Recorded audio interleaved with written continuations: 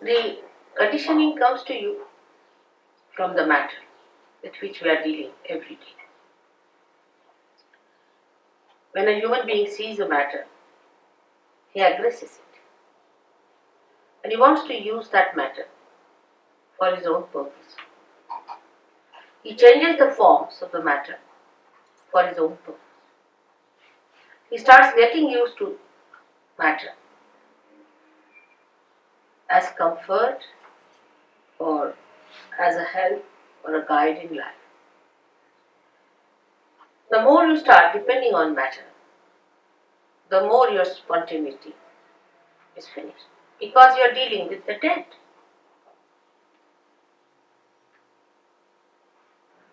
Matter, when it is dead, then only we deal with it.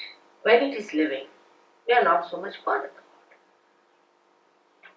So the deadness of that matter settles within us when we start using that matter for our purpose. But how are we to otherwise exist is the question people can ask if God has given us these material things and this matter to be used. Are we not supposed to use them? And are we not supposed to enjoy them? But we don't enjoy really. Before realization, you cannot enjoy any matter. You can only form a habit and may become a slave of that matter before realization. It's a fundamental principle of economics that wants in general are never satiable. Means today you want to buy something like a carpet, alright, bought it. So now that carpet becomes a headache because it's your possession, you have to look after it. You have to insure it, you have to worry about it that it doesn't get spoiled, first of all. And secondly, you really get into another mood of buying something else. Now you have bought the carpet, finished. Then you have to have something else, then you have to have something else, then you have to have something else. So it does not satiate you. It does not give you the joy. Matter can never give you joy. It's the spirit that gives you joy. And when the ascent takes place, then you become the spirit. Then matter takes another value system within ourselves. The value system of matter is very different. As I am sure Jason must have told you, that when you get your realization, then you start feeling the cool breeze in the hand. In relationship to matter, it's very helpful to be realized so. Because immediately you know what is good for you and what is bad. For example, you eat something that's not good for you. Immediately you lose your vibrations or you become hot. Even looking at it may happen. You want to sit on a chair on which somebody who is a very wrong type of a person has sat. Immediately you will feel, oh, something wrong with this place. With your vibrations, which is a definite thing and absolute thing. And this conditioning can only be over. These habits can be overcome only if you become the spirit, because spirit is always dominated by the matter. And the spirit has to overcome that domination of the matter. Actually, spirit cannot be dominated by it. But what I mean is that it is covered, like the sun can be covered with clouds. In the same way, all our domination, or we can say all our enslavement of the matter makes us dominate our spirit in the sense that we cover it.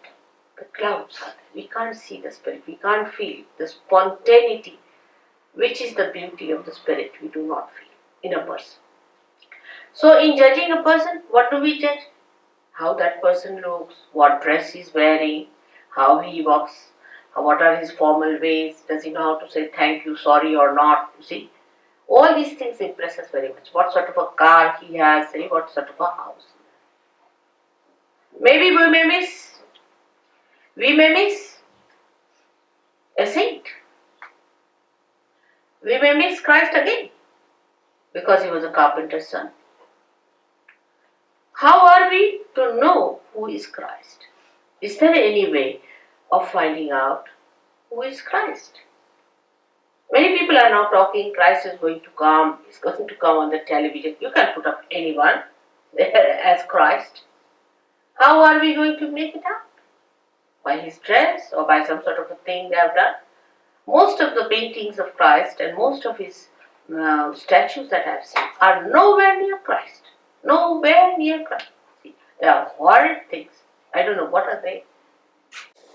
So how will you make it out that this is Christ or not? Or this is some sort of a hocus pocus fellow or some sort of a person who has come just deliberately to delude us from reality. There is no way out to find out what is the truth, because we are so much used to material forms that we have. For example, our idea of art also is in the same way, molded. We like this kind of art. If you ask why, because this is this kind of a thing, harmony, or maybe this is more proportioned and all that. Well, how do you know? Because you've read certain books, or maybe that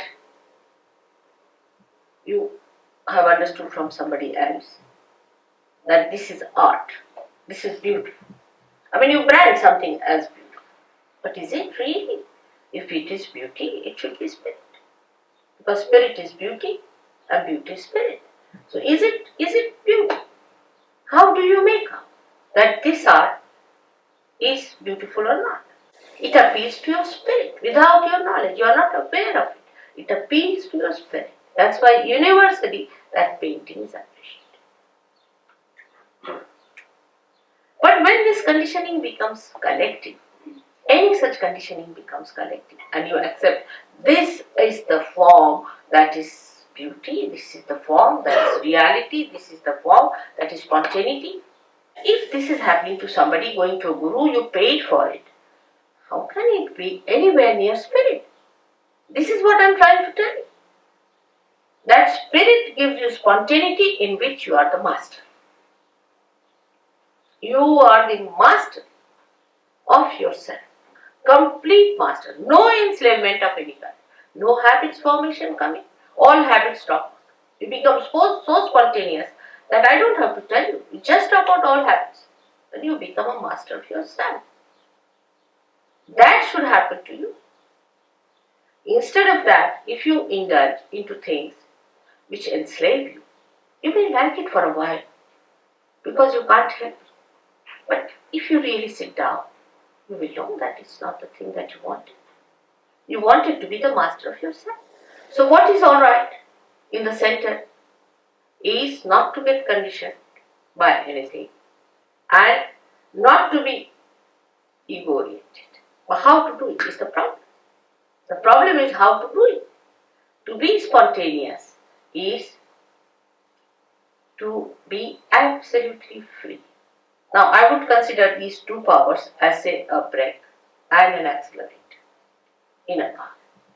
Now, you use both the powers. You use the brake first, you use the accelerator, you try to control these two powers.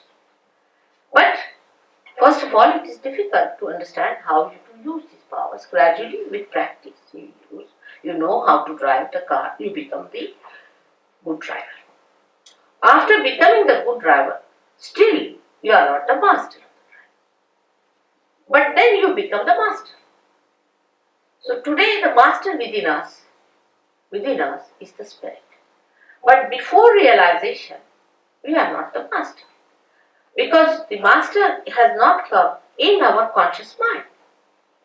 It is not expressing in our conscious mind, in the sense that we are not empowered by its powers. The spirit exists, it has its own powers, but we haven't felt those powers within us. Once we feel the powers of the Spirit, we are empowered by our own powers which are there. The powers are within us. These are our own powers. We don't have to borrow from anyone, ask from anyone, they are in ourselves. The Spirit is within us. Only thing that Spirit has to give light in our consciousness. It has to come in our consciousness. In simple medical terminology, we can say that the Spirit must manifest itself in our central nervous system. So that we should know what we are doing. Not that we start just jumping on the chair, or some people said, oh, you just start doing it. It is hypnosis. It's not correct. You are not in conscious mind. You are doing it out of hypnosis. Hypnosis may be coming from outside force. It's not your force, your awareness, your understanding, your power. It is somebody else's, because you are not doing